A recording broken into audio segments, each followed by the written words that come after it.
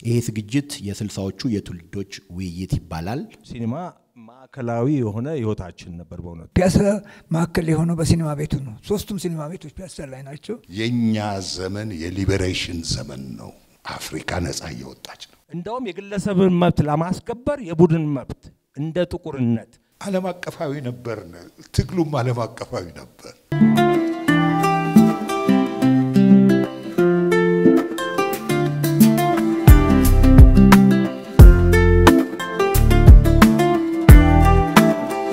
ጤና ይስጥልኝ እንደምን ዋላችሁ እንኳን ወደ ከቤት ከተማ ማዕከል በሰላም መጣችሁ። እኔ ማህደር ገብረመድህን እባላለሁ። በሙያ አርኪቴክት ነኝ። እዚህ የከቤት ከተማ ማዕከል በዳይሬክተርነት አገለግላለሁኝ። ካጠገቤ ዳዊት ብርሃኑ ባንከር ነው። ኢትዮጵያ ውስጥ ካሉ ባንኮች መካከል በአንደኛው ውስጥ ደንበኞችን ያገለግላል። ይሄ ዝግጅት የ60ዎቹ የትውልዶች ውይይት ይባላል። ቁጥር 1 ነው። ይሄ የከቤት ከተማ ማዕከል የተለያዩ የከተማ ዙሪያ ያሉ ጥናቶችን የተለያዩ የሙያ ማጎልበቻ ፕሮግራሞችን ሜንቶርሺፕ ፕሮግራሞችን የሚያካሂድበት ተቋም ነው። ከቤት ከተማ በሚል በሸገር ኤፍኤም 102.1 ላይ የሳምንት በአርኪቴክቸር በኢንጂነሪንግ በግንባታና በከተማ ኑሮ ውስጥ ላለፉት 17 ዓመታት ፕሮግራም እናደርጋለን። ላለፉት 7 ዓመታት ደግሞ እዚህ ቦታ ውስጥ የተለያዩ ዝግጅት እናደርጋለን። ዛሬ 436ኛው ዝግጅታችን ነው እዚህ ቦታ ላይ። ለዛሬም በሰዓታችሁን ጠብቃችሁ ስለመጣችሁ በጣም እናመሰግናለን። የዛሬው ዝግጅታችን መነሻ ከብዙ ዓመታት በፊት ከ13 ዓመታት በፊት ዳንኤል በላይነህ እና እኔ ማህደር ገብረመድህን አንድ ፎረም ጀምረን ነበር። ኢትዮጵያን ቡክ ፎረም የሚል በኢትዮጵያውያን የተጻፈ ኢትዮጵያ ዙሪያ ላይ የተጻፈ ወይም የውጭ ሀገር ዜጎችን በኢትዮጵያ የሚጽፉትን መጽሐፍ ፌስቡክ ላይ ሪቪው ይደረግ ነበር። እሱ ዞሮ ቴክኖሎጂ ሲፈቅድ የዛሬ 4 ዓመት አካባቢ ኮቪድን ተከትሎ ክለብ ሃውስ የሚል መተግበሪያ መጥቷል። ክለብ ሃውስ የድሮቹ የምታውቁት እንደ ፓልቶክ አይነት ነው እና ክለብ ሃውስ ላይ ውይይት እናደርጋለን። በዚህ ሳምንት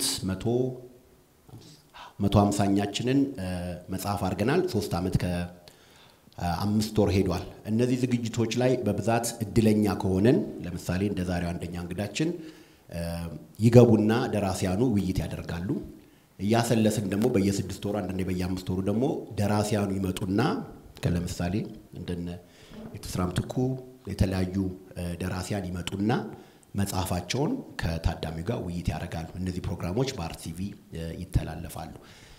ዛሬ ይሄ ክለብ ሃውስ በከፈተልን መንገድ ያወቅናቸው ያገኘናቸው የ60ዎቹ ትውልዶች የሚባል ከነሱ ጋር የትውልድ ውይይት ልናደርግ ነው።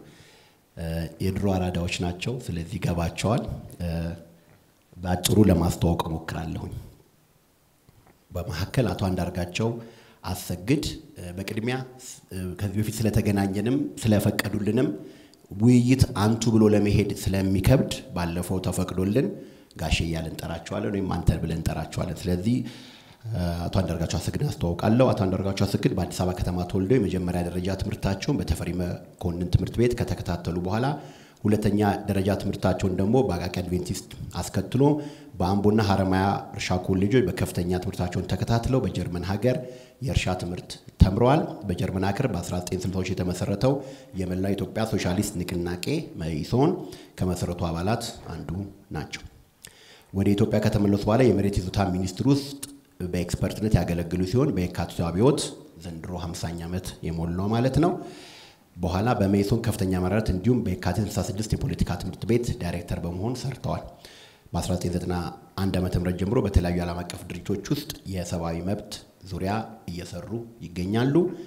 በኢትዮጵያ ቡክ ፎረም ውይይት ያደረግንበት በአጭር የተቀጨ ረጅም ጉዞ የሚል በጣም ጥሩ መጽሐፍ ጽፈው ለአንባቢያን አበርክተዋል።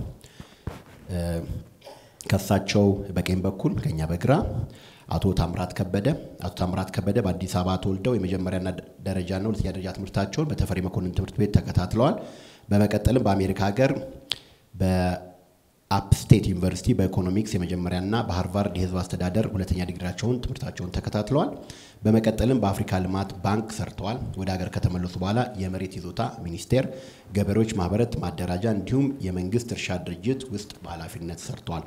በ1983 በኋላ በአፍሪካ ሁማኒቴሪያን አክሽን እንዲሁም በኢንተር አፍሪካን ግሩፕ ብዙ ውይይቶችን የሚያዘጋጅ ብዙ ነገር የሚሰራ ተቋም ነው። ለ17 ዓመት በኃላፊነት ሰርቷል። አቶ ታምራት በሰሜን አሜሪካ የኢትዮጵያ ተማሪዎች ህብረት ኡዙና በሚባለው ውስጥ ጉልህ ሚና ተጫውተዋል።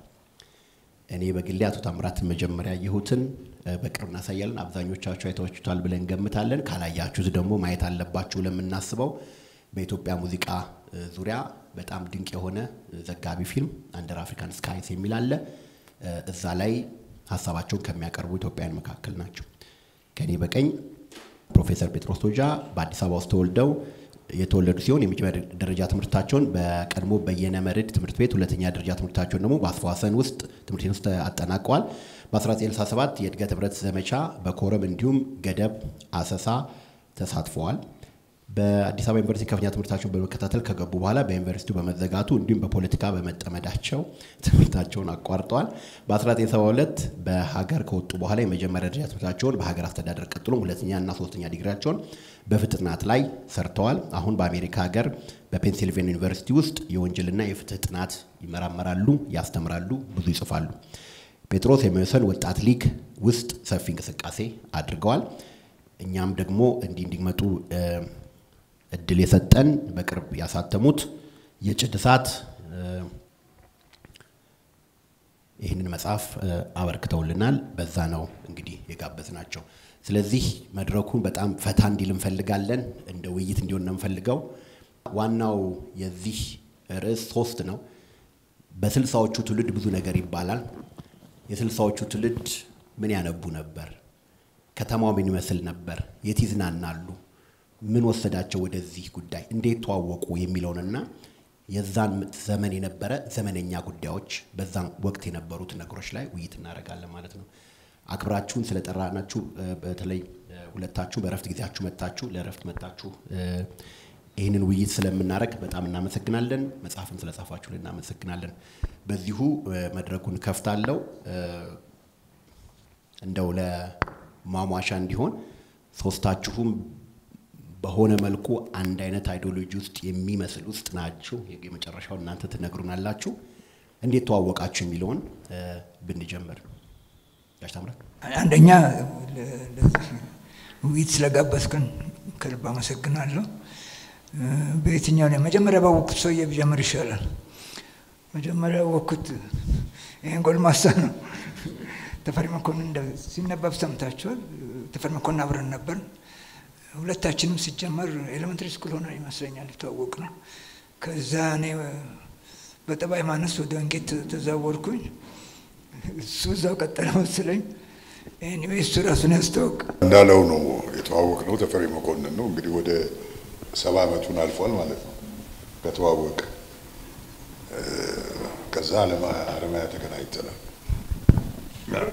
ከእሱ ጋር አሜሪካን ሀገር ነው የተዋወቅ። በቅድሚያ የኢትዮጵያ ቡክ ፎረም ይህንን መድረክ ማዘጋጀቱና እኛንም ጋብዞ በአብዛኛው ከወጣቱ ትውልድ ጋር እንደዚህ አይነት ውይይት እንድናደርግ በመፍቀዱ በጣም ከፍ ያለ ደስታ ይሰማኛል። እንደው በስደት ከወጣው በኋላ የኛ ትውልድና ይሄ ወጣቱ ትውልድ ድልድዩ እንደው የተቆረጠ ይመስል ነበር። እንደው ጠባብም ቢሆን አሁን እንዲህ መተላለፊያና አንዳንድ መተላለፊያ የሚሆን ተስፋ ያለው ነገር መሆኑ ይሄ መድረክ የሚመሰክር ይመስለኛል።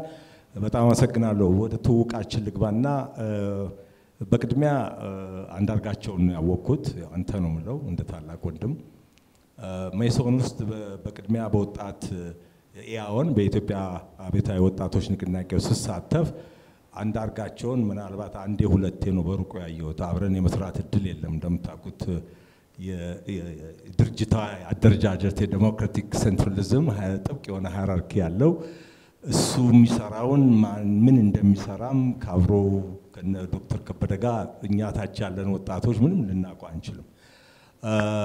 ሌሎቹ የሚሰሩትን የሚገርማችሁ ግን ይሄን መጽሐፍ ከጻፍኩና ካነበብኩ በኋላ ራሱ አንዳርጋቸው ደውሎልኝ በስንት አመታችሁ ነበር እንደዛ አገር የምታምሱት ብሎ ጠየቀኝ። ማለት ዝቅ ብሎ በታች ደረጃ ደግሞ ምን ወረቀት እንዴት እንደምንበትን እንዴት በህዋስ ወጣቶች ተሰባስበን እንደምናጠና እነሱ ደግሞ ላይ ያሉት ብዙ ማያውቁም ነበር ማለት ነው።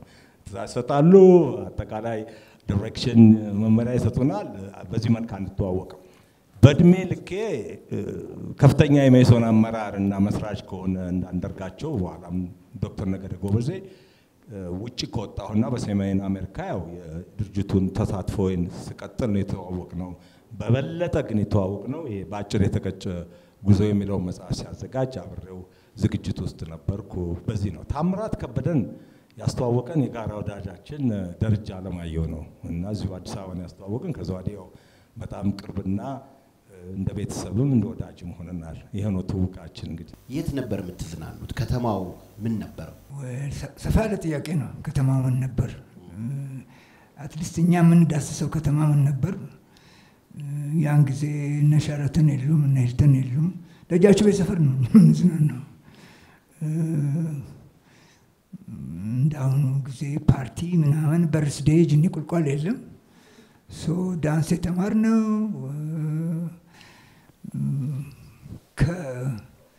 ከሴቶች ጓደኞች ጋር መታወቅ የጀመርነው የቻልነው አይደለም እዛ አካባቢ ነው። ብዙዎቻችን በእኔ ግምት እዛ አካባቢ ነው ስንዝናና የነበረው።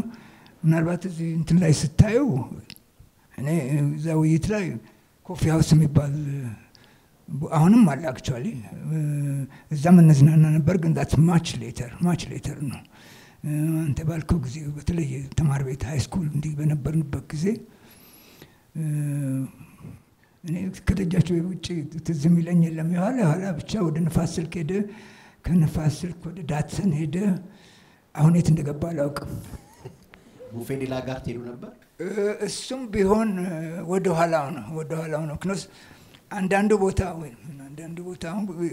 ቡፌ ዴላ ጋርን ብትወስደው ስራ የጀመሩ ሰዎች ትንሽ ደሞዝ ያላቸው ምናምን ነው እንጂ እንደኛ ለአውቶቡስ የተሰጠውን ይዞ መሄድ ሰው አይደለም። እንደሱ ነው። ምንም የተለየ ነገር የለውም። እንግዲህ ደጃችሁ ሰፈር ደርሳችሁበት እንደሆነ አላውቅም። ያኔ ደስታችን ከአንዷ ቤት ሄዶ ማምሸት ነው።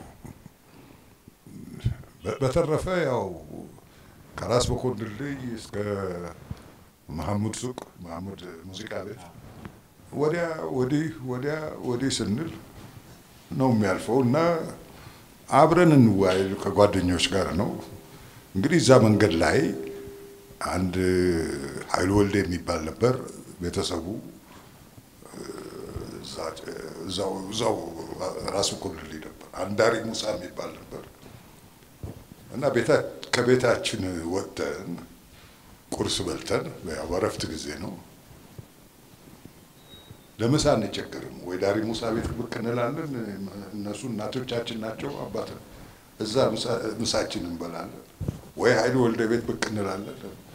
ቤተሰብ ልጆች ነን እንግዲህ 5ም 10ም እንሆናለን እኮ በልተን ጠጥተን ደግሞ ከሰዓት በኋላ ያው ጫማችንን ጨርሰን ሲመሽ ቤት እንገባለን።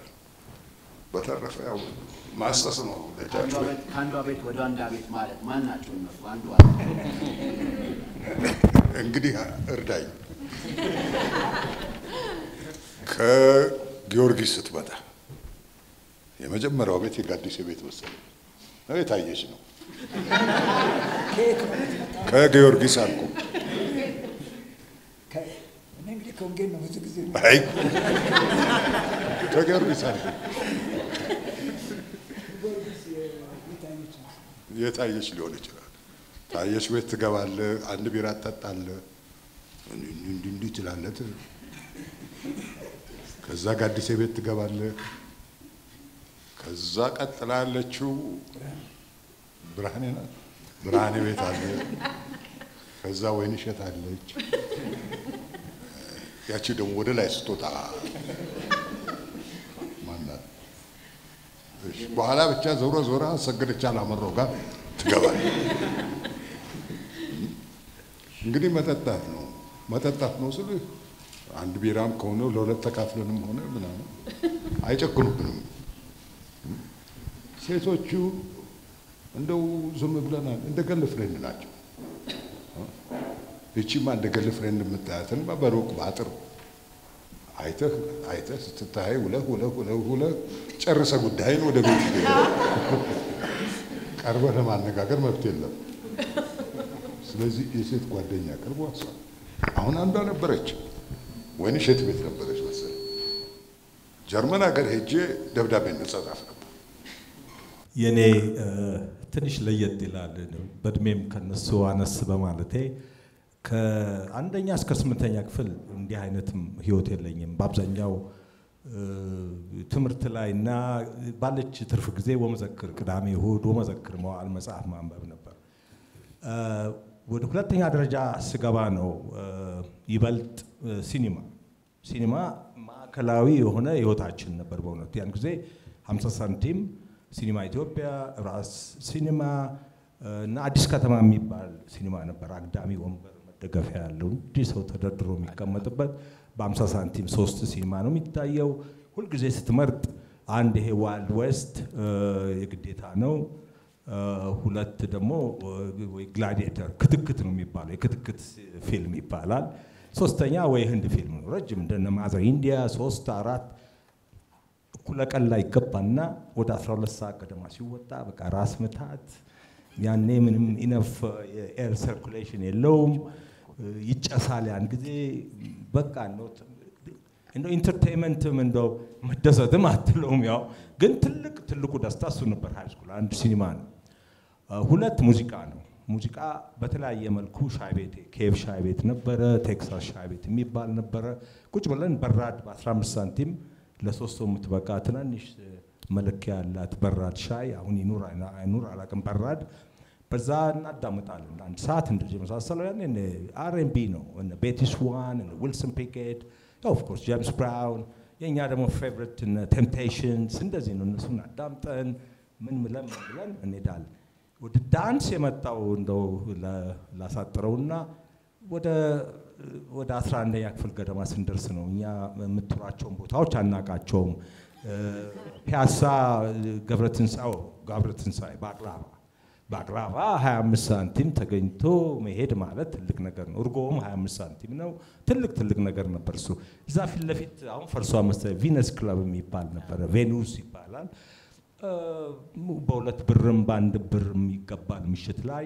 የገንዘብ አቅማችንም ዝቅ ያለ በመሆኑ ብዙም አንሄድም። ሌላ ዲስኮቴክ ነበር ብሔራዊ ቲያትር ስር፣ ብዙ አንዳንዶቻችሁ ታውቁት ይሆናል። ታነል ይባል በእኛ ጊዜ ታነል 2 ብር 3 ብር ይከፈላል። እሁድ ከሰዓት ነው በቃ። እና እሱ ያው በአሁኑ ዘመን እንደምትሉት በዲጄ ላይ ባንድም የለም እና እሱ ነው።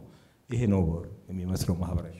እኔ የተወሰነ የከተማን ጉዳይና ከፖለቲካውም ጋር አብሬ ሁለቱን ላገናኝና በፖለቲክስ ብዙ ጊዜ ምናልባት ፕሮፌሰር ጴጥሮስ ያገዘኝ ይሆናልና ሶስተኛው ቦታ ይባላል ልክ እንደ ሰርድ ስፔስ ከቤትና ወይ ከሁለተኛው ደግሞ የሥራ ወይ ትምህርት ስፔስ በኋላ ያለ ደግሞ ማህበራዊ ኑሮ የሚካሄድበት አሁን እንደዚህ መዝናናቱም ምንም ሊሆን ይችላል ውይይት ቢደረግባቸው ለምሳሌ የተማሪዎች ንቅናቄ ላይ ያላችሁ ለምሳሌ የምትወያዩባቸው ቦታዎች አይ ነው እነ ፕሮፌሰር ጴጥሮስ ለምሳሌ ቤት ተከራይተው ያደርጉ ነበረ። ሌሎቹ መጽሐፍት ላይ እንደዚህ ትሬንድ ነበር። አንደኛው እነዛ ቦታዎች የት ነበሩ? ምክንያቱም ውጭ ላይ ሆኖ የፖለቲካ ውይይቶችን ማድረግ ትንሽ በጊዜው ለነበረው ስርዓት የሚያስቸግር ይመስላል። አንደኛው እሱ። ሁለተኛው እዚህ ቦታ ላይ ደግሞ እንደዚህ ሶሻል ስፔስ ላይ ወይ ማህበራዊ ቦታ ላይ አብሯቸው የነበሩ ሰዎች ነበሩ። ለምሳሌ እና አንዳርጋቸው ጋር እና ኃይሌ ፊዳ ሊሆኑ ይችላሉ። ጓደኛ የነበሩ ሰዎች የምታውቋቸው እኛ በርቀት በፖለቲካ ብቻ የምናውቃቸው ሰዎች አሉ።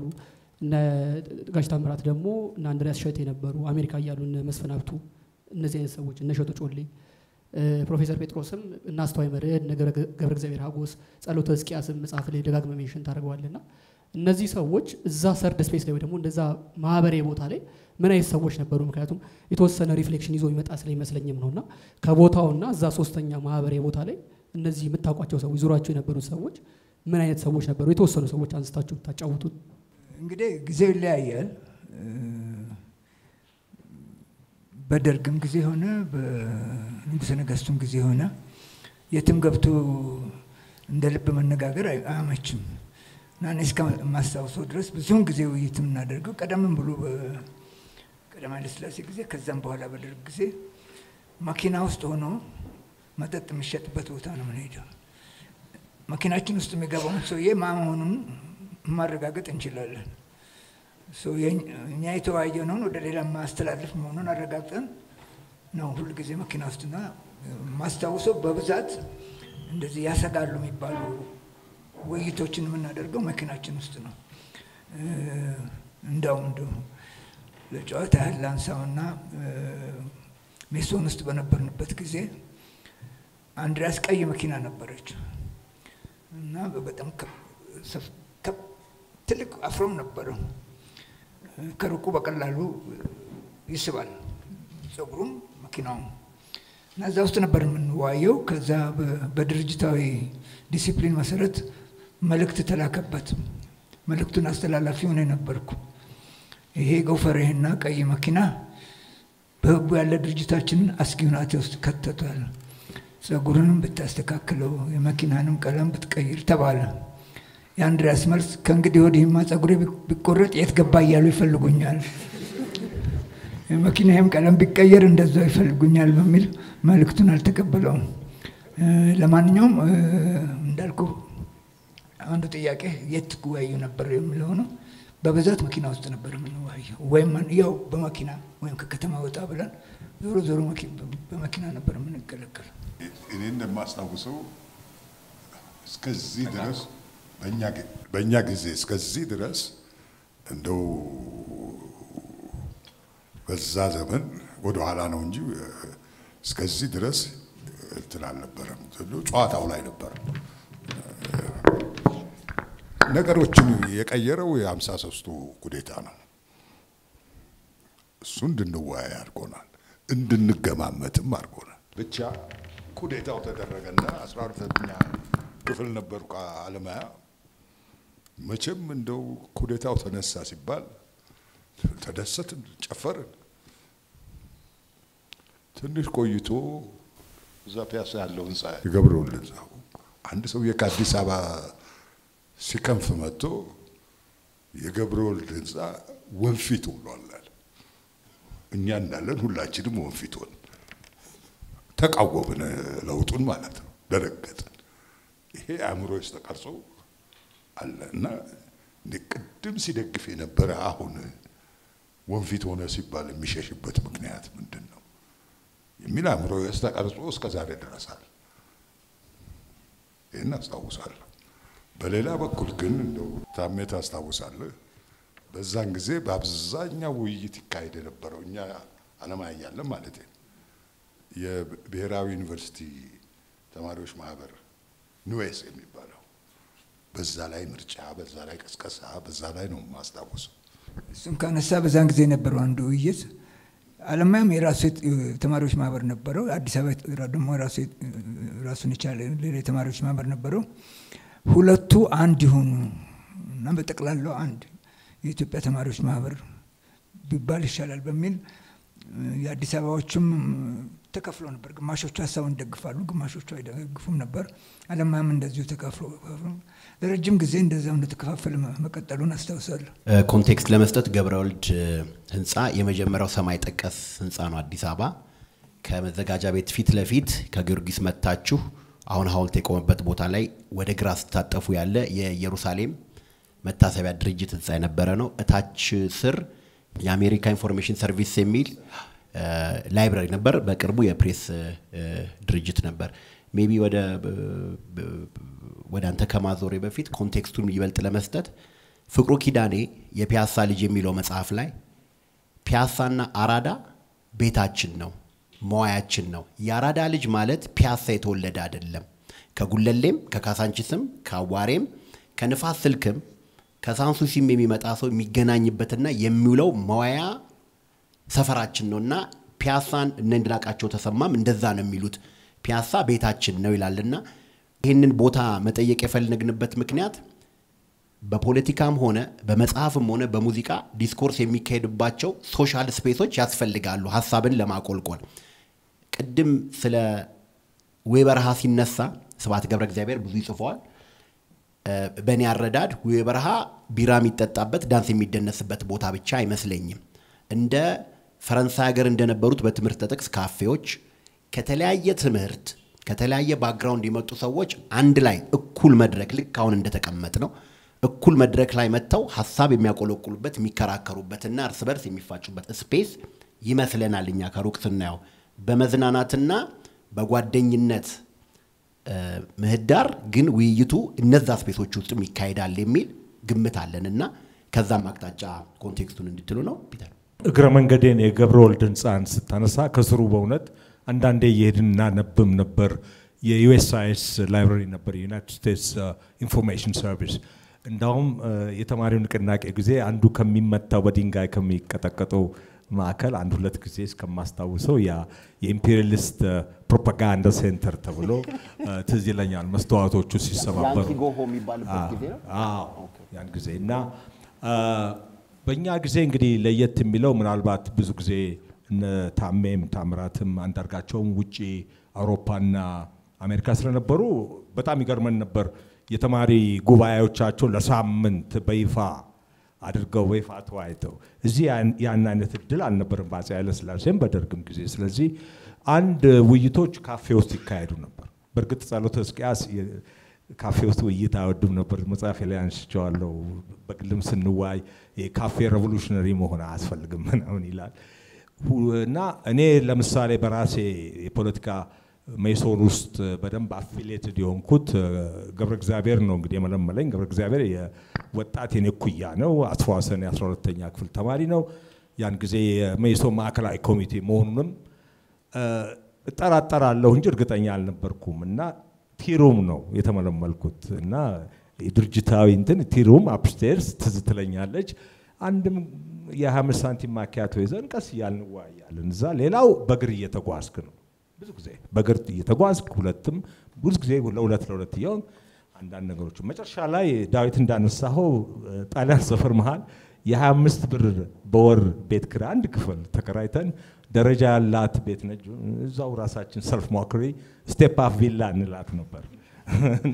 እዛው እኮ ምንም መታጠቢያም ሽንት ቤትም የላትም። እዛ ውስጥ እንወያይ ነበረ፣ ሙዚቃም እናዳምጥ ነበር፣ የፖለቲካ ውይይትም እንደዚህ እናደርግ ነበር። ቅድም ዳዊት የጠራቸው ስሞች ነበሩና በዚህ ሂደት ያገኛቸዋቸው በኋላ ትልቅ ቦታ የደረሱ ኢንፍሉዌንሻል የነበሩ ሰዎች እንዴት ወሰኑትን? አሁን ጸሎተ ሕዝቅያስን ይሄን መጽሐፍ ወይ የማያውቁ ሰዎች አያውቁም፣ በብዛት ላያውቁ ይችላሉና እንደው በብዛት ሰው ሊያውቃቸው ይችላል የሚባሉ ሰዎች በዚህ መንገድ ያለፉ በወጣትነታችሁ የተወያያችሁ ሰዎች እንደው ተወሰኑ ስማቸውን ብለ ኦኬ። ባጭሩ አንዳንዶቹ መጽሐፌ ላይ አንስቻለሁ። አንዱ እንግዲህ እንደ ፖለቲካል ሜንተር ሜሶንም ከመሆኔ በፊት ጣሊያን ሰፈር ውስጥ ይኖር ስለነበረ ጸሎተ ሕዝቅያስ ከእናቱ ጋራ እማማ አብሪት አሁን በህይወት ኦልሞስት 100 ዓመት ደርሰው ነው የተለዩት በቅርብ። 3 ልጆቻቸውንም በዚህ በፖለቲካ ምክንያት ጸሎተንም ይትባረክንም እና ደግሞ የመጨረሻዋ ፍትህ እንኳን ከሀገር በጅቡቲ ልትወጣ ስትል መንገድ ላይ ተይዛ ነው እና ብርቱ እናት ነበሩ እሳቸው ትዝ ይለኛል። ጸሎተ ጋር ሲሄድ ጸሎተ መጽሐፍ የሚሰጠን እሱ ነው። አንዳንድም እንደ ሜንቶር አስተማሪ ነው። ንፋስ ስልክ አጠቃላይ ቀደም ባለ በስቱደንት ሙቭመንት ውስጥ ትልቅ ተሳትፎ የነበረው እስር ቤትም ነበር። እንደውም ከነ ታምራት ከበደ ከነ ሄኖክ ክፍሌ ጋር ከነ ዋለልኝ ጋር እስር ቤት ነበር ቀደም ብሎ። እሱ ነው አንድ ጸሎተ ሕዝቅያስ። አሁን ጸሎተ ብዙ አብረን እየቀጠልን እያለን ምንም ድርጅታዊ አፊሊዬሽን የለኝም፣ ልመልምልህም አላለኝም።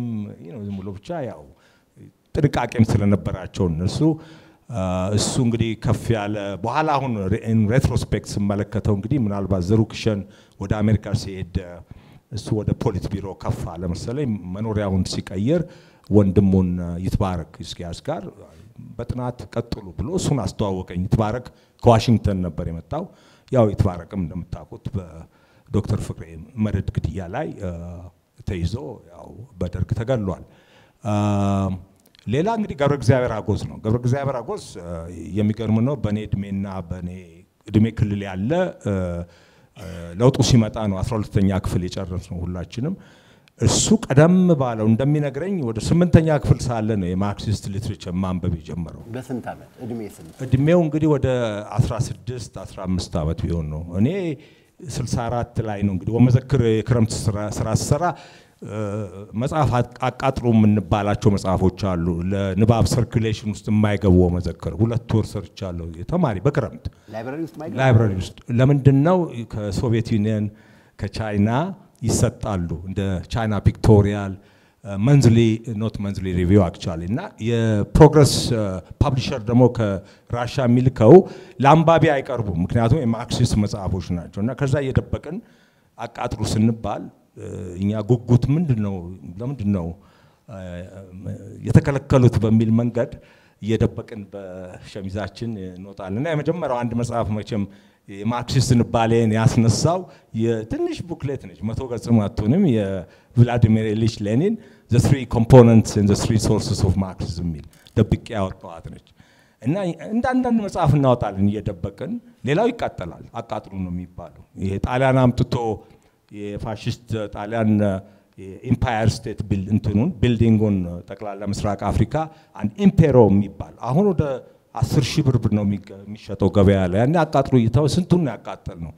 እና በአንዳንድ ጊዜ ሲመለከተው እንደ ለካ ሳንሱርም ስራ እየሰራን ነበር እኛ የምንፈልጋቸው መጽሐፎች ያቃጠልን እና ጸሎተ ነው ሌላ እንግዲህ ያው ይትባረክ ገብረ እግዚአብሔር ሀጎስ አሁን በህይወት የለም በቀድም ባለው በትግሉ ጊዜ ተገድሏል ፒያሳ ማዕከል አስተዋይ መርድን ልክ ዳኜ ተርላ ነው ያስተዋወቀን ጸሎተንም ያስተዋወቀኝ ዳኜ ነው ምክንያቱም ነጸሎተ የነ ዳኜን ቤት ተከራይተው ነው ጣሊያን ሰፈር አስተዋይ ደግሞ ከተፈሪ መኮንን ጋኛው አባሮት በዚህ በስቱደንት ሙቭመንቱ እኛ ጋር መጣ አስፋውሰን እና ምን የመሰለ ጥይት ልጅ መጥቷል እናንተ ጋር ተዋወቁት አለኝ ተተዋወቅን እስካሁን ቅርብ ጓደኛ ነኝ ጉለሌ አካባቢ በእውነት መነሳት ያለባቸው የሀፓ ልጆችን አለማየሁ ግዜሩ እነዘውዱ ነበሩ ይሄ ጉለሌ የወጣት ማህበርን ቀደም ብለው የጀመሩት ወደ ፖለቲካ ማዝማሚያ ወደ ኋላም በዚህ በነጌታቸው ማሩ አብዮት አካባቢ በኋላም ወደ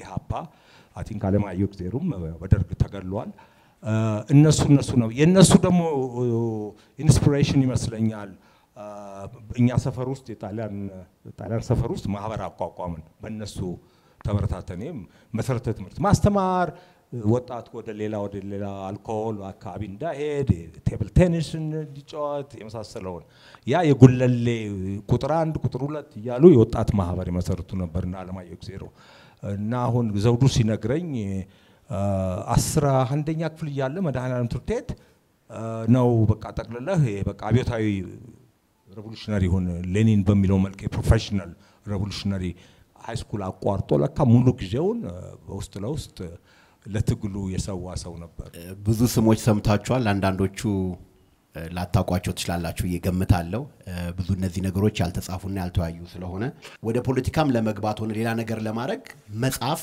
ማንበብ መከራከር ይጠይቃል ስለዚህ ምን አይነት መጽሐፍ ነበር የምታነቡት የሚለውን አንደኛ ትይዙልኛላችሁ ቅድም የሲኔማዎቹ ላይ ያሉት ሜቢ እነ በርትራንድ ካስተር ሊሆኑ ይችላሉ ወይም እነ ጄምስ ዲን ሊሆኑ ይችላሉ ሙዚቃም የተለያዩ ሰዎችን ማንሳት እንችላለንና እነዚህ ቦታዎች ላይ ከሰማነውና ከሰለል ነው የሰማነው ጆሊ ባር ተሄዱ ነበር ጆሊ ባር እንደውም የከተማ ተርሚኖሎጂ ራሱ መጥቶለት ነበር ጆሊ ጃኪዝም የሚል ክሪያሲስ ሰዎች ይገናኙ ነበር ብዙ መጽሐፍ ላይ ይነሳል እነዚህ ቦታዎች ወሳኝ የሚሆኑበት ምክንያት ሰዎች እምነት አድሮባቸው ነው እነዛ ቦታዎች ላይ የሚሄዱት በመጨረሻው አንድ መሰልጠን የሚፈልግ ማህበረሰብ የሚፈልገውም ሆነ የማይፈልገው የሚስማማውም ሆነ የማይስማማውን ሐሳብ የሚወያይበት የሆኑ አይነት መድረኮች መፍጠር ግዴታው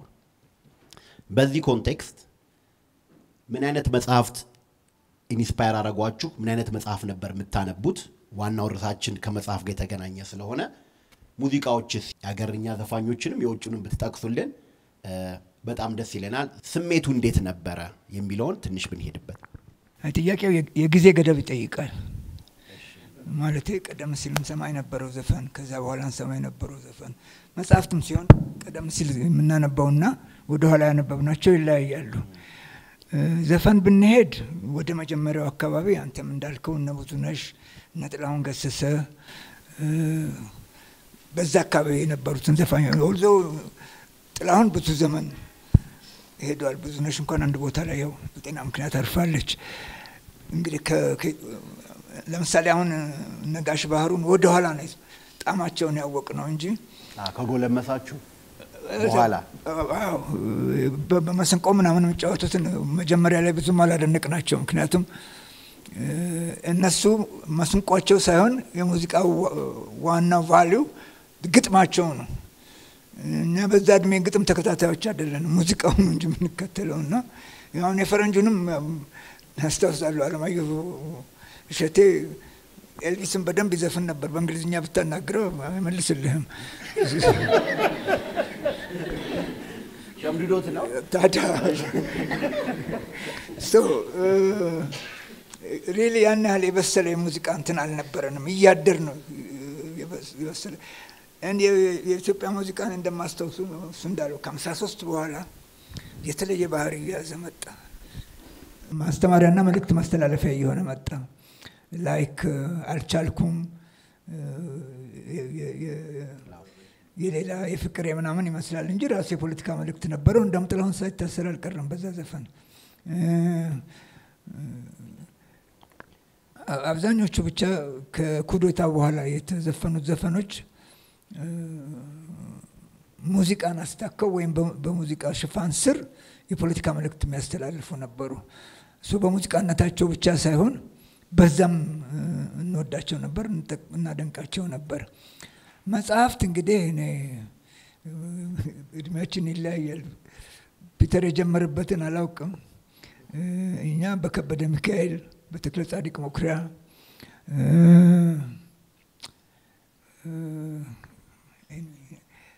ከዛ ፊት የነበሩ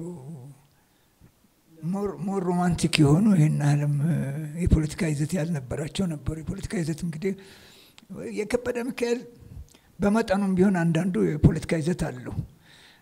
ግን ለብዙዎቻችን በአማርኛ መጽሐፍ የተለማመድ ነው በእነ ከበደ ሚካኤል ነው። ይሄ ወደ ማርክሲዝም ምናምን የገባ ነው እኔ በበኩሌ ኮሌጅ ከገባሁ በኋላ ነው እንጂ ከዛ በፊት እንዲሁ የዲቴክቲቭ የምናምን የካውቦይ እንደዛ አይነት ነገር ነው እንጂ የምናነበው ይህን ዓለም ጠለቅ ያለ እንትን የፖለቲካ እንትን አንከታተልም ነበር። ቅድም ስለ አንተ ፒያሳ ምናልባትም ሀሳብ በውይይት የሚንሸራሸርበት አይነት ማዕከል አድርገህ እንደምትገምተው እኔ እስከማስታውሰው እንደዛ አልነበረም። ፒያሳ ማዕከል የሆነው በሲኒማ ቤቱ ነው። 3ቱም ሲኒማ ቤቶች ፒያሳ ላይ ናቸው። አብዛኞቻችን ጊዜ መዝናኛችን ከደጃችን ውጪ ሲኒማ ቤት ነው።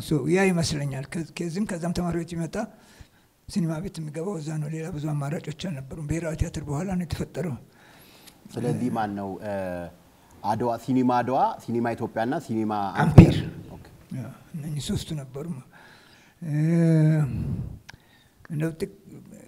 እኔ በበኩሌ በራሴ የበሰለ የፖለቲካ ውይይት ማድረግና እንትን የጀመርኩት አሜሪካ ከሄድኩ በኋላ ነው። አሜሪካም ሄጄ እንደሄድኩኝ በፈረንጅ ወደ 61 አካባቢ ነው የተማሪ ማህበሩ በኤምባሲው መሳፈሪያ እየተሰጠ ፐርዳይም እየተሰጠ ተማሪዎች የሚሰበሰቡት የንጉሠ ነገሥቱ መንግስት በበጎ ላለንበት ሀገር ለማስተዋወቅና እኛም አብዛኛውን በስኮላርሺፕ የመጣ ነው ምናምን ነው የእሳቸውን ስርዓት በመደገፍ እንድንወያይ ነበር። ሀጎስ ገብረ ኢየሱስ ይባላል። ያን ጊዜ የማህበሩ መሪ ነበረ። ምንድነው ገና ለገና ለአውቶቡስና ለፐርዳይም ብላችሁ እዚህ አንድ ንጉሥ የምታሞግሱት? ከእንግዲህ ወዲህ እንዳውም ሁላችንም ስለ ሀገራችን የምናስብ ከሆነ የራሳችንን መጓጓዣ ከፍለን እዚሁም ደግሞ ከተማሪ ቤቶቹ ጋር ተወያይተን የሚያሳድረን ተማሪም ሆነ ወይም አስተማሪዎች ፈልገን ስብሰባ እናደርጋለን እንጂ ይሄ የተማሪዎች ስብሰባ የኃይለ ሥላሴ ማድነቂያ መሆን የለበትም በሚል ሞሽን አቀረበ። በስሜታዊነትም ይሁን በነገሩ በማመን ሞሽኑ ጸደቀ። ከዛ በኋላ ያው ተቋረጠ። በራሳችን እንትን እያለን እንሰበሰብ ነበር። ይሄ ባክግራውንድ እኔ ለሁላችንም ጠቃሚ ይመስለኛል። ብናውቅ ብዙ ጊዜ ምን እንደ አሜሪካን ሀገር የኢምፔሪያሊዝም እምብርት የሆነ ሀገር ውስጥ እናንተ ምን ሶሻሊስት አደረጋችሁ እያሉ የሚጠይቁ ብዙዎች አሉ። ግን ይህን ጥያቄ ከጊዜው ጋር ማየት ያስፈልጋል። እኛ በነበርንበት ጊዜ ሰፊ የሆነ የጥቁሮች ሲቪል ራይትስ ትግል ነበር። ስርዓትን የመታገል ትምህርት ያገኘንበት አንዱ ያ ትግል ነው። ከዛ ውጭ ደግሞ በብዛት ከፍተኛ የቪየትናም ጦርነት ተቃውሞ ነበር። ከሱም ብዙ የመቃወም ትምህርት ተምረናል። ከዛ በመነጨ ነው የሀገራችንንም ሁናቴ በኃይል የመቃወም አቋም ወሰድ ነው ለማለት ነው። አበል የተለመደ ነበር በወቅቱ ጀመር ሀጎስ ይህንን ተቃውሞ እስኪያቆመው ድረስ ኤምባሲው ነበር ማለት ነው። እሺ በጣም ጥሩ። አበል የተለመደ ነበር ማለት ነው። እሺ ታምራት ባለው ላይ ብዙም ጨምሮ የለኝም።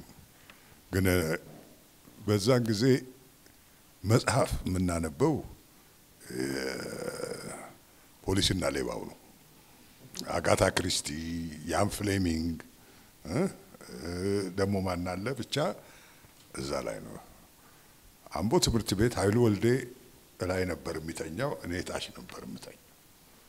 መቼ አንድ መጽሐፍ ጨርሰን ተለዋውጠን በዚህ እንሽቀዳደም ነበር።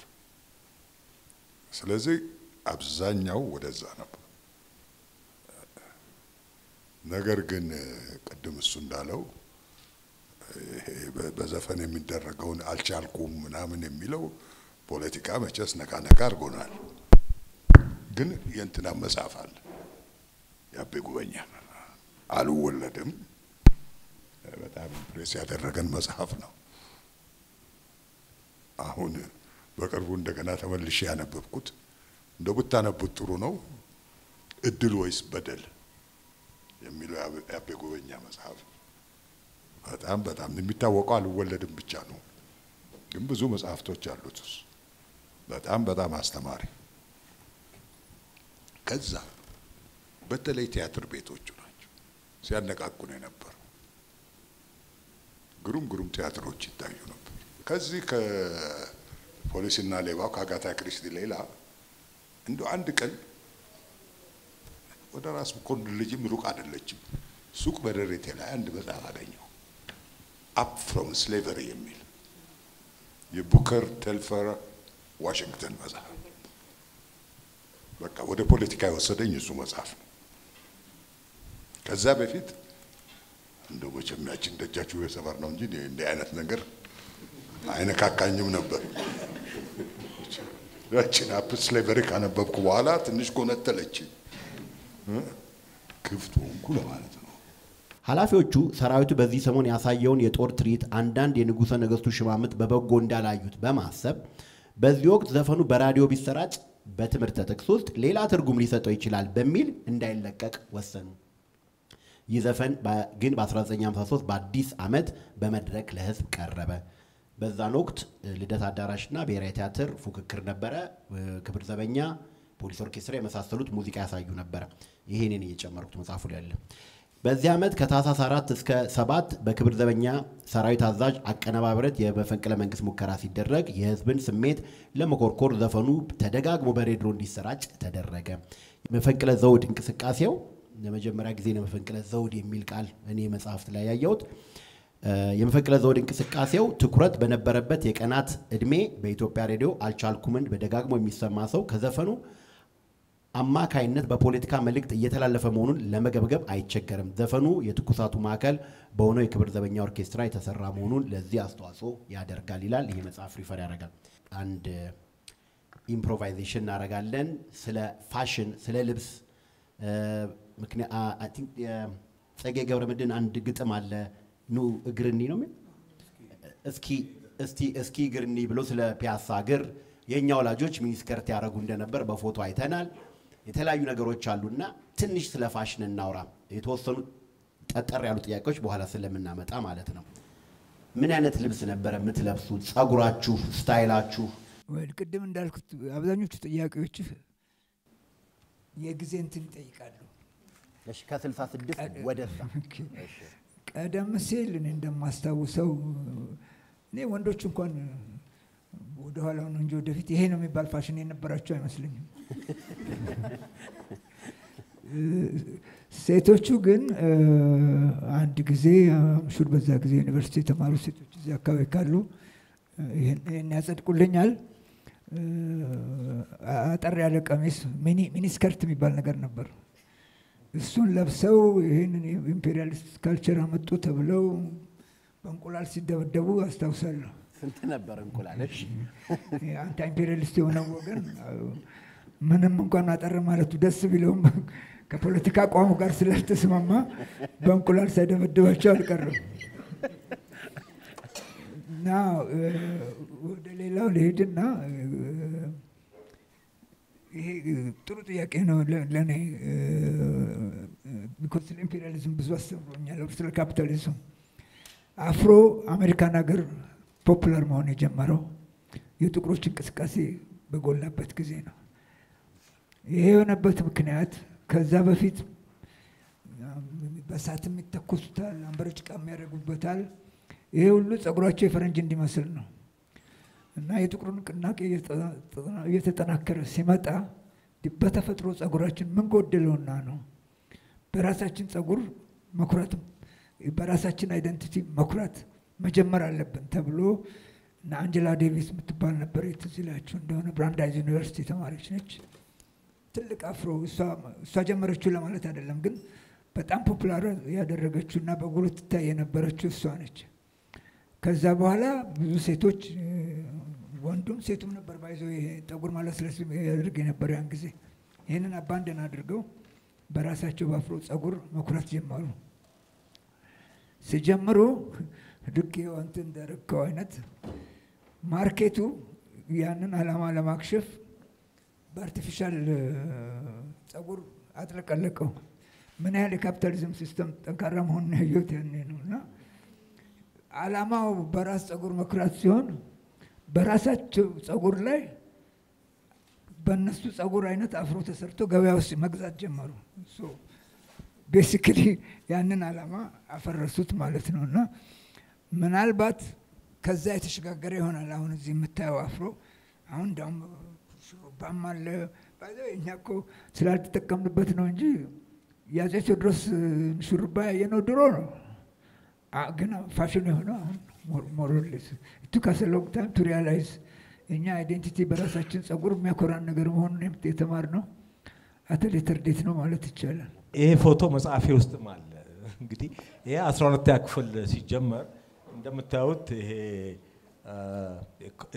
የሸሚዙ ኮላር ረዘም ያለ መሆን አይታይም እንጂ ቤል ባተም የሚባል ሱሪ አለ።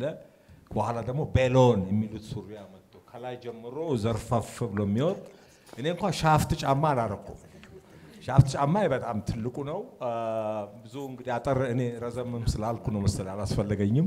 አጠር ያሉ ጓደኞችና አበሾች ታሜ እንኳን ያረጋው አይመስለኝም።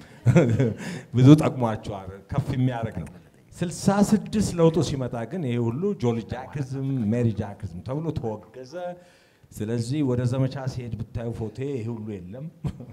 በደም ተስተካክለን ቤልባተም ሁሉ ቀርቶ በጣም የሚወገዝ ነው። ይሄ ኢምፔሪያሊስት ካልቸር ነው፣ መጤ ካልቸር ነው። ራስን ይሄንን የኔ እንኳን ጸጉር ያን ጊዜ ትንሽ ከርሊ ነው እንጂ እንደዚህ ለአፍሮም ይመቻል። ምንድነው ከሙዚቃው ጋር ነው። በተለይ አርኤንቢ ሙዚቃ ስለምናዳምጥ አብዛኞቹ ፐርፎርመርስ በኋላ ደግሞ 11ኛ ክፍል ይሁን 10ኛ ነው ዋትስ ታክስ የሚል ሙቪ መጥቶ ነበር።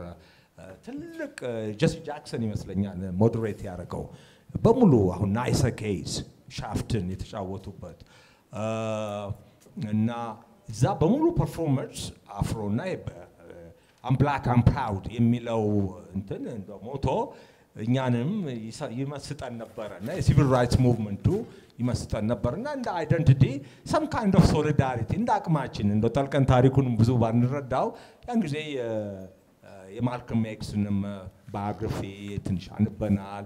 በዛ መሰረት ኢንተርናሽናል ሶሊዳሪቲ ማሳየት እኛም አይደንቲቲያችን ከዛ ጋር ነው ከጥቁር አሜሪካን ጋር በሚል ይመስለኛል። ፖለቲካው ለወስደው ነውና ሜቢ ቅድም የነበረ ኢንትሮዳክሽን ያለውን ዳይናሚክስም ለማስታወስ ጋሽ ታምራት መጀመሪያ እንግዲህ ኡዙና ላይ በነበረው እንቅስቃሴ ከዛ ሜሶን ላይ የተወሰነ እንቅስቃሴ አድርገው ከ1965 ላይ ይመስለኛል የወጡት አይደል? አቶ አንዳርጋቸው ደግሞ መስራች ነበሩ። እሳቸው እስከ አመራር ድረስ ሄዱ ናቸው። ፕሮፌሰር ጴጥሮስ በዛ ጊዜ ልጅ ነበር፣ ተቀባይ ነውና ጀምሮ የተወ ፖለቲካውን ጀምሮ እስከ አመራር ሄደ። ከዛ ደግሞ የተቀበሉ ሰዎች ናቸውና እና በተለያየ ጊዜ ለምሳሌ ቀድሞ ከነበረው ከ1950ዎቹ በኋላ የነበረ የተማሪዎች ንቅናቄ ላይ ነጋሽ ታምራት ከነዋለልኝ ጋርም ታስረው ነበረ። በዛ የነበረ እንቅስቃሴ ቅድም ሜንሽን የተደረገው ለምሳሌ የዩኒቨርሲቲ ግቢ ውስጥ የቁንጅና ውድድር አይደረግም ተብሎ የተደረገው አይነት አለና እነሱ ነገሮች ከ50ዎቹ ጀምሮ እስከ 66 ድረስ ብዙ ጊዜ የሚባል የሁለትዮሽ ፖለቲካ ይዞ መጥቷል ወይ ደግሞ የባይነሪ ፖለቲካ ያ ማለት የሆነ ሰው ወይ ኮሚኒስት መሆን አለበት ወይ ጠላት ነው የሚል ነገር ይዟል ስለዚህ ወይ ኮሚኒስት ይሆናል ወይ ጠፋ ላይት ነገር ወይ በእንቁላል ይደባደባል ሊሆን ይችላል እና እሱ ይዞ መጥቷል አብሮ የባይነሪ ወይ ደግሞ የሁለትዮሽ ፖለቲካ ይዞ መጥቷል በመሃል ደግሞ አሁን የቆየ ስናነብ በተወሰነ መልኩ ሪፎርሚስት የሆኑ ደግሞ ሰዎች ነበሩ ራሱ ኢቭን ማርክሲዝም እሱም ስለሚፈቅድ ማለት ነው ለምሳሌ አውሮፓ ውስጥ እነ ሮዛ ለግዘንበርግ እና እናንተም ስለምታውቋቸው እነ ኤድዋርድ በርንስቲን አይነት በአንድ በኩል አብዮተኛ በአንድ በኩል ደግሞ የለውጥ ሰው ወይ ደግሞ የሪፎርም ሰው ይወልዳልና ከተላልቆቹ ከነንተና እነ ተካልኝ ገዳሙ አይነት ሪፎርሚስቶች እነ ሚካኤል እምሩ ለወዝወዝ ወበግሬና የቀጨኔ ማህበር ይባል ነበራቸው ሪፎርም ያወሩና ከናንተ መሃል ግን አሁን ላይ ምናልባት ካለ አረዳደም ሊሆን ይችላል ወይ ታሪኩም ወደዛ ስለሚያዘነብል ይመስላል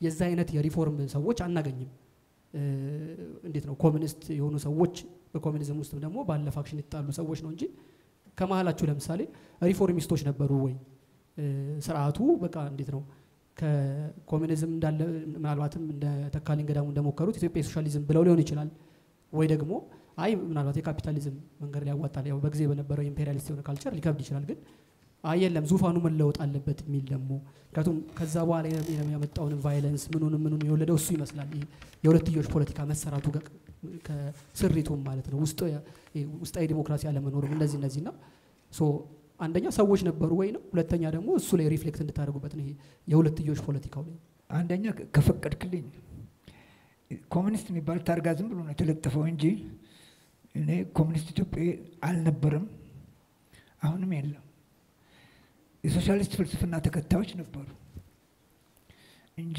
ኮሚኒዝም የመጨረሻው ስቴጅ እኮ ነው እዛ ላይ በምን ተደርሶ ነው እነሱን ኮፒ ማድረግ ቴንደንሲ ነበር የነሱ መጽሐፍ አንብቦ እነሱ የደረሱበትን ጎዳናና መንገድ ተከትሎ በዛ መልክ ለውጥን ለማካሄድ የተደረገ ጥረት ነበር በዛ ዳስ necessarily mean ያንን ጥረት ያደረጉት ኮሚኒስቶች ነበሩ ማለት አይቻልም ምሳሌ ልስጥህና እኔ ጥሩ ምሳሌ ይመስለኛል መሬት ውስጥ ስንሰራ የተለያዩ አዋጆች ነበሩ በኋላ ነው የመጨረሻው አዋጅ የመጣው እንጂ አብዛኞቹ አዋጆች ሪፎርሚስት ነበሩ ሪፎርሚስት in the sense የባለርስቱና የጭሰኛውን ግንኙነት ህጋዊ የሆነ መንገድ ማስተዳደር በህጉ መሰረት ከአግባብ ውጭ ክራይ እንዳይከፍል ማድረግ ያለ አግባብ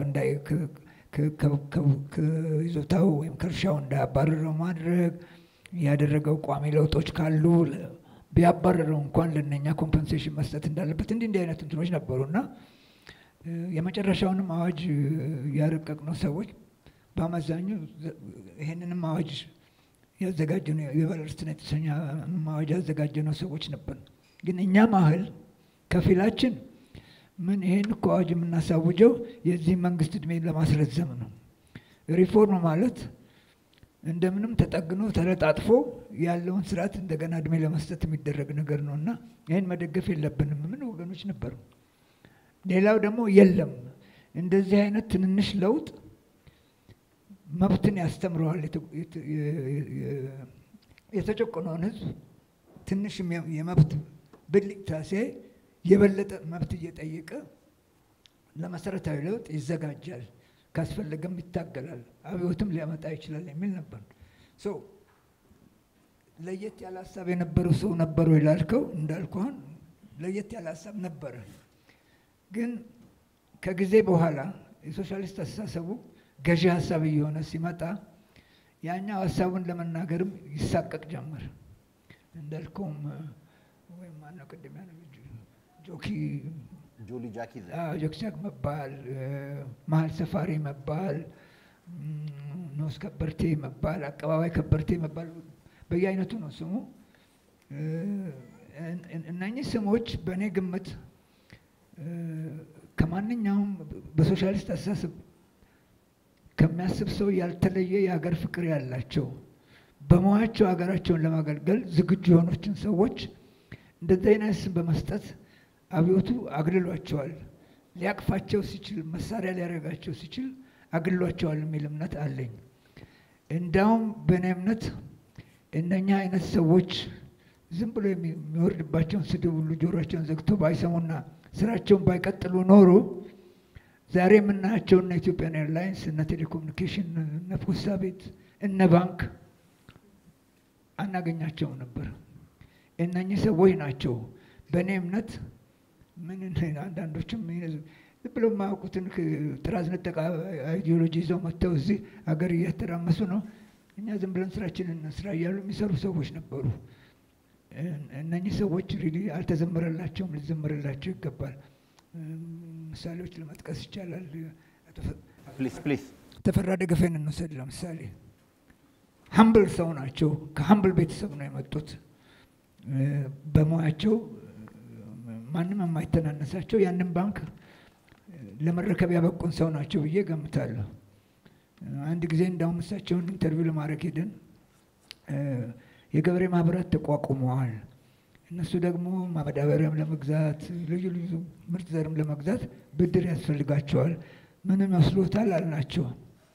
አይ ሀሳቡ እንኳን ክፉ አይደለም፣ ግን እኔ ህዝብ ባደራ እኔ ጋር ያስቀመጠውን ገንዘብ ምንም አይነት ዋስትና ለሌለው ኢንስቲትዩሽን ለማበደር አልችልም ማለት ነው። እኛ ጊዜ እኚህ ሰውዬ እንጃ በዚህ አይነት ብዙም ሊቀጥሉ አይችሉም የሚል ግምት አሳድረን 2 ወርም አልሞላቸው ከአብዮቱ ጋር ሊራመዱም አይችሉ ምናምን ተብለው ታስረው ሬኮሜንድ አደርጋለሁ የእሳቸው መጽሐፍ ስሊፐሪ ስቶን የሚል እዛ ላይ በደንብ ይገልጸዋል። እስር ቤት ሆነው ኦዲሲያው ኢህአፓ፣ ኦዲሲያው መኢሶን፣ ኦዲሲያው ባለርስቶች ወይም ከበርቴዎች እዚህ ምንድን ነው የምሰራው እዚህ ይላሉ። ምክንያቱም የትኛውም ካቴጎሪ ውስጥ ፊት አያደርጉም ሰውየውና እኔ አንተ ላልከው ነበሩ ግን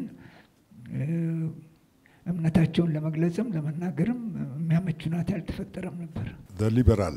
ሊበራል የሚባለው በኢትዮጵያ ነበሩ። ግን በሁለት ሁኔታ ውስጥ ሳንድዊች ሊሆኑ ይመስለኛል። ይሄ እንደው ሌፍቱ ብቻ ገፍቶ እንትን አላቸው አይደለም። ከላይ ሪፎርም የሚያደርግ የሪፎርም ሀሳቡን የሚቀበል ነገር አልገጠማቸው። ከታች ደግሞ ሌፍቲስቱ ደፈቃቸው። በዚህ መሃል ተፈጭተዋል።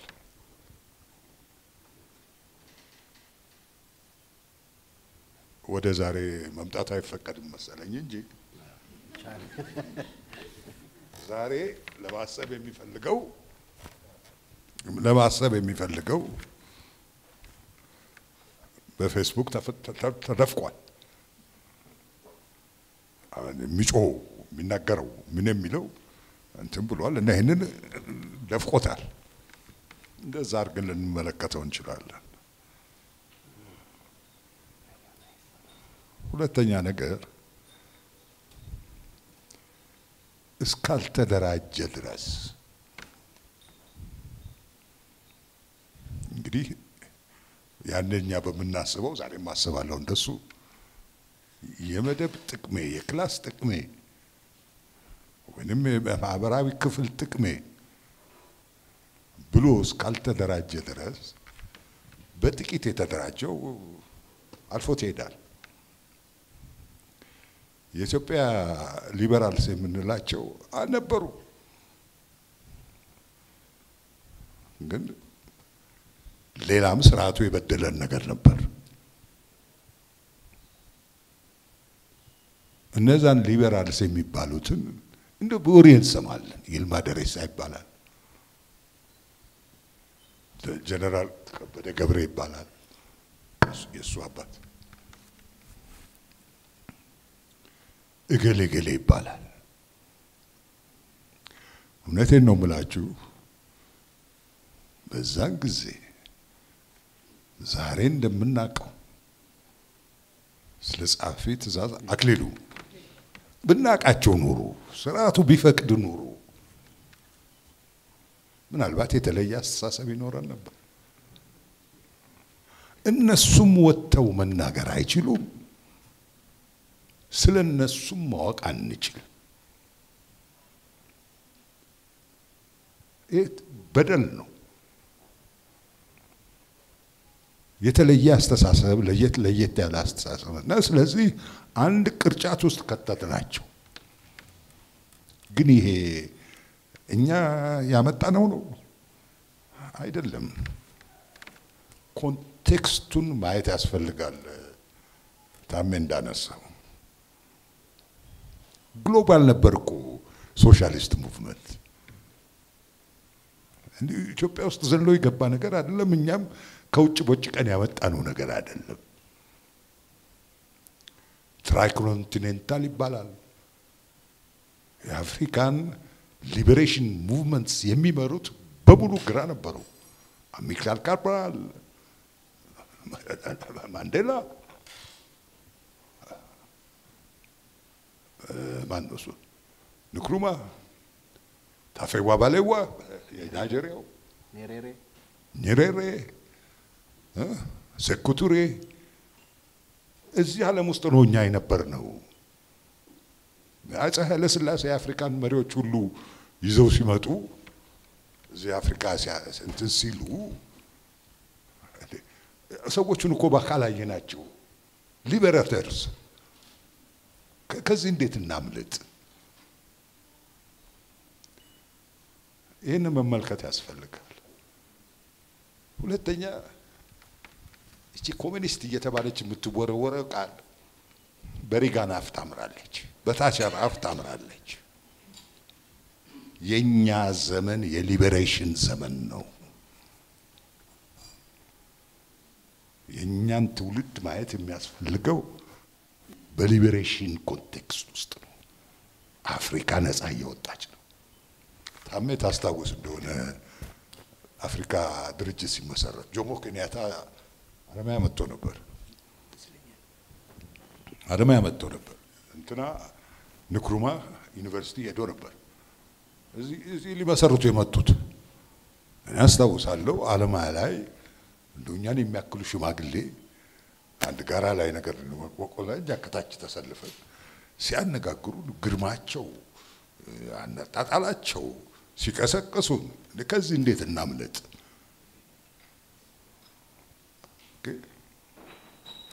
ይሄ ብቻ አይደለም። ቅድም የተነሳው አለ የብላክ ፓንተርስ። እኛ ይሰማናል። የብላክ ፓንተርስ ፓለስቲን፣ ቪየትናም ዓለም አቀፋዊ ነበር። ትግሉም ዓለም አቀፋዊ ነበር። ከዚህ ለማምለጥ አይቻልም እና ከኮሚኒስት ከሚባለው ምን እንደሆነ ራሴም አላውቅም ምን እንደሆነ ብቻ እሺ ይሁን። ከዛ ውጭ እንውጣና it was a period of revolution. It was a period of emancipation. አንጀላ ዴቪስን እኮ ስናያት እኛ እህታችን ናት። ካርማይክልን ስናየው እኮ ወንድማችን ነው። በዛ ነበረ የምንመራው። ግን ይሄ ትውልድ የሌለው እኛ የነበረን ምንድን ነበር? መሪዎች የሚባሉት በዛን ሰዓት ላይ በዩሮፕ እንደ ጃይንትስ ናቸው እኮ። የጀርመኑ ዊሊ ብራንት ከሁለተኛው ዓለም ጦርነት የወጡ ፋሺስትን ሲታገሉ የነበሩ ክርስቲያን ዲሞክራቱ ይሁን ሊበራሉ ይሁን ኮሚኒስቱ ይሁን ሶሻሊስቱ ፋሺስትን ሲታገል ከዛ የወጣ ነው። እነሱ ነበሩ የሀገሮች መሪዎች። ዊሊ ብራንት ጃይንት ነው ጀርመን። ኦሎፍ ፓልመ ስዊድን ሌላ ጃይንት ነው። ሃሮልድ ዊልሰን እንግሊዝ ሀገር በአቅሙም ያ ኬኔዲ የሚባል ሰው የአሜሪካ ሀገር።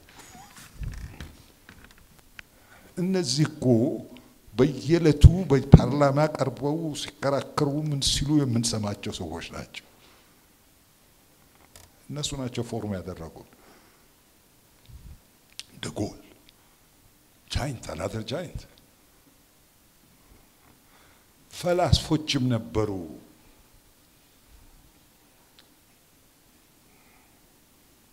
ዣን ፖል ሳርትረ እሱን ያልቀመሱ እሱን ያላየ በእሱ ያልተመራ እንግሊዙ ማን በርትራንድ ራሰል ፍራንክፈርት ክሪቲካል ፍራንክፈርት ስኩል የሚባለው ምን የመሳሰሉ ፈላስፎች ነበሩ። እኛ ይዛነን ኦኬ እኔ ዛሬው ትውልድ ላይ የማየው ነገር እኛ ያንን የታደልነውን አልታደላችሁም ወይንም አሁን ቅድም ስለመደፈቅ ስለ ሊብራሩ እዚህ መደፈቅ አንስተን ነበር ዛሬ ያሉት ትላልቅ ፈላስፎች ተደፍቀዋል ለምሳሌ ኢማኑኤል ቶድ ፈረንሳዩ የራሽያው አሌክሳንደር ዶጋን ዛሬ ያሉ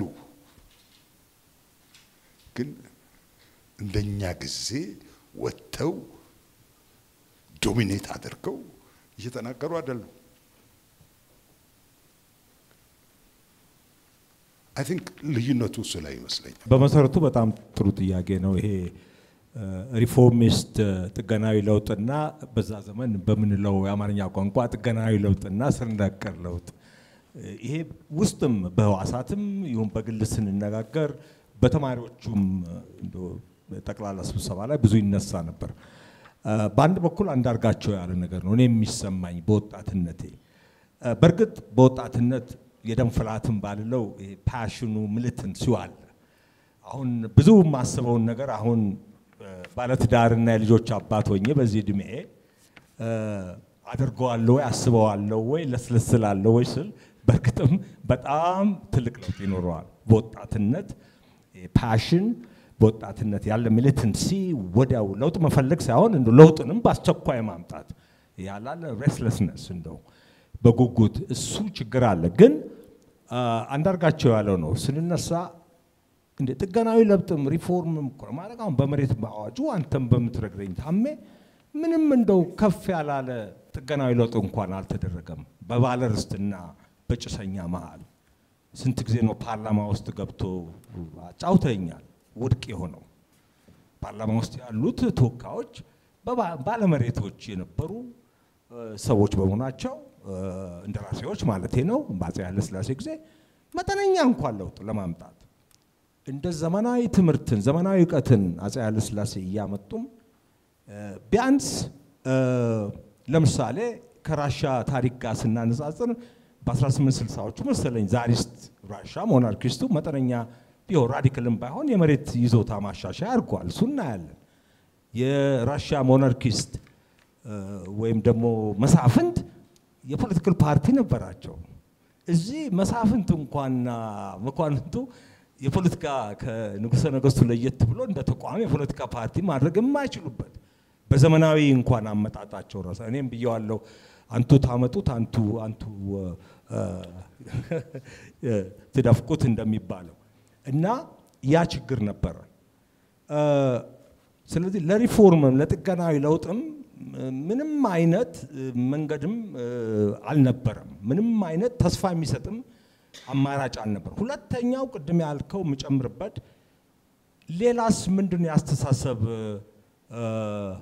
ሪዮት ዓለም ከሶሻሊስት ሌላ ቢባል የሊበራል ዲሞክራሲው በአሜሪካን ቀዳሚነት ፍጹም ኢምፕሬስድ ማን ሆኖ ነው የአሜሪካ ቀዳሚነት በቪየትናም ጦርነት የሚያደርገው ወረራ በሚድል ኢስት ላይ ያለው ፖሊሲ ኢቭን በቅኝ በተገዙት የአፍሪካ ሀገሮች ሳውዝ አፍሪካ በአፓርታይድ ሲስተሙ ላይ ከወዲያኛው ወገን ከጨቋኙ ከዘረኞችና ከቅኝ ገዢዎች ጋር የወከለ ነው እዚህም ቢሆን በርግጥ እንደምናውቀው ከአፄ ኃይለ ሥላሴ ጋር በጣም የጠበቀ ዝምድና ግንኙነት ያለው መንግስት ነው እንዴት አድርገን ነው ሊበራል ዲሞክራሲ በአሜሪካ አይነት መልኩ ልናይ የምንችለው ስለዚህ በመጠኑ ዋዳ ላይ ነው አቶ አዲስ አለማየሁም 66 ላይ ነው ይሄ ኮንስቲቱሽናል ሞናርኪ ስልጣኑ የተገደበ ቢያንስ አፄያዊ መንግስት እንቀበል ቢባል ያኔም ዘግይቷል በጣም ከዘገየ ነው ተገፍቶ ሄደው እና በርግጥም ያልኩት እንግዲህ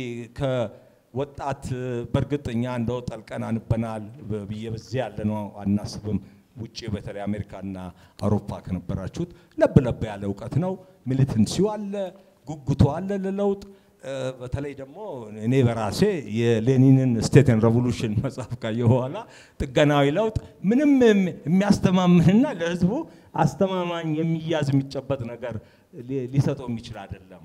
እንዳልከው ያለውን ሲስተሚክ ፕሮብለም ማራዘምና እንዲቀጥል ማድረግ ነው ከሚል መስመር ነው። ሌላ አንድ ነገር ጨምርና ያነሳው የግለሰብና የቡድን እንደው በቅርብ ጊዜም ስም በማልጠቅሰው ከፍተኛ ተቃውሞ መሪዎች ከነበሩት ይሄ የቡድን መብትና የግለሰብ መብት ሁለት ተጻራሪ ነገሮች እንደሆኑ ክርክሮች ተነስተው በግሌ የተከራከርኩባቸው ነው። ምንድነው ክርክሩ?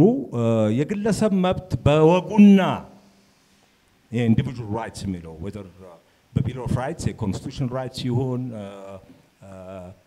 ሊጋል ራይትስ የዱ ፕሮሰስ ራይትስ አኳያ በወጉ ስራ ላይ ቢውሉና ቢከበሩ የቡድን መብት የኮሌክቲቭ ራይትስ የቡድን መብት አስፈላጊ አይደለም። ኖ አስፈላጊ ነው። ይህንን ልብ ብለን በአሜሪካ ከስንት መቶ ዓመታት ዴሞክራሲ በኋላ የግለሰብ መብት ላይ ቢል ኦፍ ራይትስ 1791 ነው እንግዲህ ያረቀቁት 10ሩን አሜንድመንቶች። ያ ሁሉ ከሆነ በኋላ እንደ ሲቪል ራይትስ ለጥቁሮች እንደ ቡድን ነው እንደ ኮሌክቲቭ ራይትስ ነው ንቅናቄው የተካሄደው። ማለት ሚውቹሊ ኤክስክሉሲቭ አይደለም። እንደውም የግለሰብን መብት ለማስከበር የቡድን መብት እንደ ጥቁርነት ሴቶች የአሜሪካን ሰፍሬጅ ሙቭመንት 1920 ላይ ነው አይ ቲንክ 19ኛው አሜንድመንት ይመስለኛል 1920 ላይ እንደ ቡድን ኮሌክቲቭሊ እንደ ሴትነታችን የመምረጥ መብታችን ይከበር ብለው ኮሌክቲቭሊ የግለሰብ ሴቶችን መብት ያስከበርበት። ስለዚህ ሁለቱን አጻሮ ማየት ትክክል አይመስለኝም። ሚቹሊ ኤክስክሉሲቭ አይደለም። አንዱን የሚደግፈው ነገር ነው። በጣም እናመሰግናለን። ቅድም ሁለቱም ያነሱትን መጽሐፍ ይሄ ሚኒትስ ኦፍ አን ኢትዮጵያን ሴንቸሪ ይላል። በክለብ ሃውስ ከተወያየንባቸው የመንግስት ስራ ኃላፊዎች ከሆኑት ከላይ አንስቶ እስከ መደበኛ ወረዳ ድረስ ያሉ ሰዎች ቢያነቡት በጣም መነበብ ያለበት መጽሐፍ መካከል ነው። የተፈራ ደግፌ መጽሐፍ ነው። በጣም ግሩም መጽሐፍ ነው። እዛ ላይ አንድ በጣም የሚገርም አባባል አለ። መንግስቱ ኃይለማርያም ይወረሳል ነበር የቤትና ትርፍ አዋጅ ሲወረስ እሳቸውን ይጠሯቸውና የኢትዮጵያ ንግድ ባንክን ለመውረስ ምን ያህል ጦር መላክ አለብን ይላልቸዋል። አይ ይሄ ባንክ የመንግስት ባንክ ነው፣ ጦርም አይደረግም፣ ወረታ አያስፈልግም፣ በቃ የመንግስት ይሏል። ለምን የአክሲዮን ማህበር የሚል ተጻፈበት? አይ በቃ የአክሲዮን ማህበር ነበር። ይሄን ያህል ልዩነት ነበረ የአንድ ነገር የመረዳት ክፍተቱ ማለት ነው። እዚህ ላይ በጣም በሚገርም መልኩ ነው የሚያስቀምጡ። ሰውየው የሚገርሙ ሰውዬ ናቸው። ማክበራችንም በጣም ደስ ይለኛል። ወደ አማርኛ ራሱ ቢተረጎም ወደ ሌሎች ቋንቋዎች ቢተረጎም በጣም ጥሩ መጽሐፍ ነው። ኑዛዜያቸው ላይ መኖሪያ ቤታቸውን ለሐምሊን ፊስቱላ ሆስፒታል አውርሰው ነው የሄዱትና አሁን ፌስቡክ እናንተ በአናሎግ ነበር ጽሁፍ መወያየት ነው። አሁን ሶሻል ሚዲያ ባመጣው ነፃነት ይሄ ኦፒኒየን ሊድ ለማድረግ ራሱ ማንበብ መኖር መስራት መሳሳትና መጠየቅ ይጠይቃል። በዛ ዙሪያ እንኳን ያሉን ሰዎች ብዙ የሀገር ጉዳዮችን ኦፒኒየን ሊድ ሲያደርጉ ይታያል።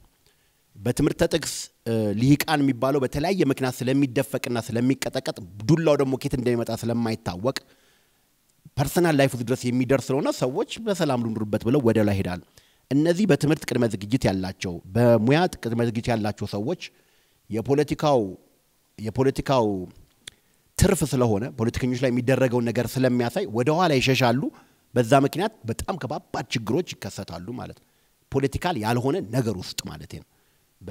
አሁን እኔ በኔ ሙያ በአርኪቴክቸር በመንደስና አካባቢ ሊሆን ይችላል፣ በህክምና ሊሆን ይችላል፣ በትምህርት ሊሆን ይችላል። በብዙ መልኩ መናገር መከራከር ማየትና ኦፒኒየኑን ሊድ ማድረግ ያለባቸው ሰዎች ወደ ኋላ ይወጡና በቃ ሜዳው ባዶ ሲሆን ቴክኖሎጂው ስለሚፈቅድ ተጠያቂነትም ስለሌለው ብዙ ያነበበ የተማረና የሰራ ሰው ተጠያቂነትን ስለሚፈራና ራሱን ስለሚያርቅ ይጋለባልና እኔ አንድ ያገራችን የናሽናል ሴኩሪቲ አንደኛው ትሬት ይሄ ነው ብዬ አስባለሁ። የመናገር ነፃነት ሊነካ ይገባው ግን ባለሙያዎችን ደግሞ እየሰበሰበ ነው የሚል ሐሳብ አለ። ዲስኮርሱ የግድ ስለሆነ ዘመኑን መሆን የሚለውን በጣም ጥሩ አድርገን እንወስደዋለን። ዘመኑን የተሻለ መረዳት ወሳኝ ስለሆነ ያያሻራው መጽሐፍ ውይይት ላይ በመደብና በብሔር ውይይት የሚለው ላይ ከወይዘሮ ማዛጋ ውይይት ሲያረግ ሸገር ጨዋታ ላይ እንደሰማን ቅዳሜ ጨዋታ ላይ እነ ከበዳኒሳ ድሮ ሲያነሱት የነበረው ከአብዮቱ በፊት እና ኢትዮጵያ ትቅደም መሬት ላራሽ የሚሉትን ኮንሴፕቶች ደርግ መጥቶ እናንተም ባረቀቃችሁት ህግ ሲቀየርና የመሬት ጉዳይ መፍትሄ ያገኘ ሲመስል በዛን ጊዜ የነበሩት ተቋሚዎች ሌላ ሐሳብ የነበረባቸው አጀንዳ ስላልነበራቸው ወደ ብሔር ዞሩ ይላል። ይሄ በጣም ኢምፖርታንት ነጥብ ነው። ስለዚህ ትግሉ የነበረው ምክንያት ነበር፣ ምክንያቱ ጠፋ፣ ትግሉ መቀጠል ስላለበት ብቻ ነው ወይ የቀጠለው የሚለው በጣም ኢምፖርታንት ነጥብ ይሆናል ማለት ነው። ስለዚህ ያ አድሬስ ባይደረግ ነገር አድሬስ መደረጉ ራሱ ጥያቄ ነው። አድሬስ ባይደረግ ኖሮ የብሔር ጉዳይ ሌላ አቅጣጫ ይዝ ነበሩ የሚለው ሌላ አንድ ውይይቱ አካል ይሆናል ብዬ አስባለሁ።